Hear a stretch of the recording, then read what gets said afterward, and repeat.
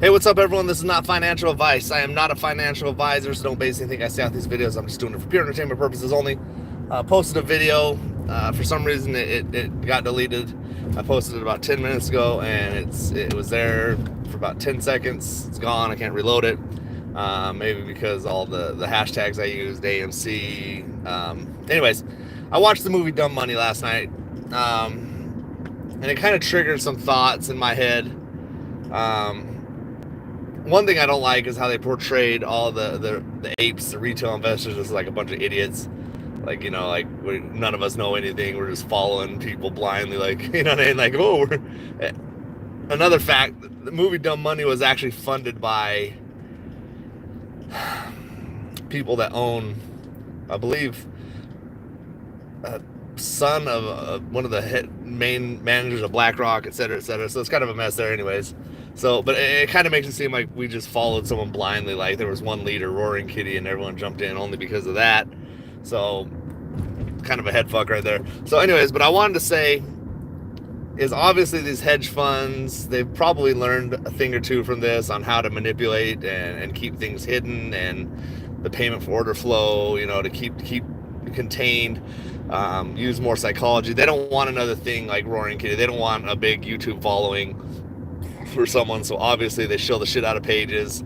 I think 10 YouTubers could come up with the same TA and say, hey man, we're gonna bounce up tomorrow. There's no doubt about it. The way this TA looks, we should be going up. Obviously nothing's 100% guaranteed, but it should be going up, and then all of a sudden it just dumps. And I do think they pay attention to YouTube. I think they have guys on top of that. So all the negative comments, probably 9 out of 10 of them are probably shills. And it might sound crazy to y'all, but when you think about it, these guys, they made it look like they weren't that stressed out about losing billions of dollars. But I don't care who you are, you lose $1 billion, it's sickening. The amount of money they lost was in the billions, and I guarantee it wasn't so calm. It was probably a mess in the background in their lives. Especially rich dudes that are very entitled, they're not gonna just like, darn it, I lost $1 billion. It ain't gonna be like that. It's gonna be a mess. So I think you got to look at a few things there to take from this. They've probably learned how to contain us more, and they've learned how to spread more FUD and divide people and make it, it's just going to be a lot harder for AMC to squeeze. But AMC still has many, many, many holders holding. I'm holding. Are you holding? You know what I mean? Let me know in the comments. Are you holding? Because I'm holding. There's a lot of us holding, and there's no reason for us to just stop holding at this point. There's been no evidence that this play's dead. There's a lot of FUD, a lot of people. The definition of a shill is really to, come on buddy, what you doing? Sorry, the definition of a shill is to basically shed light on something else. Like, look away, look at this, don't look over here. And that's what they're doing. Away from the hedge funds, they're shilling Adam Aaron. Adam Aaron, I'm not saying he's a god or I worship him or whatever, but there's whole ass pages dedicated to hatred of him. Think. Use your smooth brain, boys. Come on. You know what I mean? Like, it can't be all Adam Aaron. You know what I mean? Yes, maybe his tweets aren't the greatest, and I don't even really think they're that bad. I mean, shit, the dude's just saying what he thinks. You know what I mean? Like, I think he's in a position now to, no matter what he says, you can dig up some negative. Even before, when everyone was like, oh, he's trying to say codes for this and this, I don't think he's that deep. I think he's just sending a fucking tweet. So don't overanalyze certain shit like that. Other things, obviously, the DDs has been done. There's really nothing else to say. I sound like a broken record, but I just think that there's way more FUD, way more shilling. They don't want this thing to be a GameStop again. Think about GameStop. They took away the buy button. They had no choice. They were getting screwed over.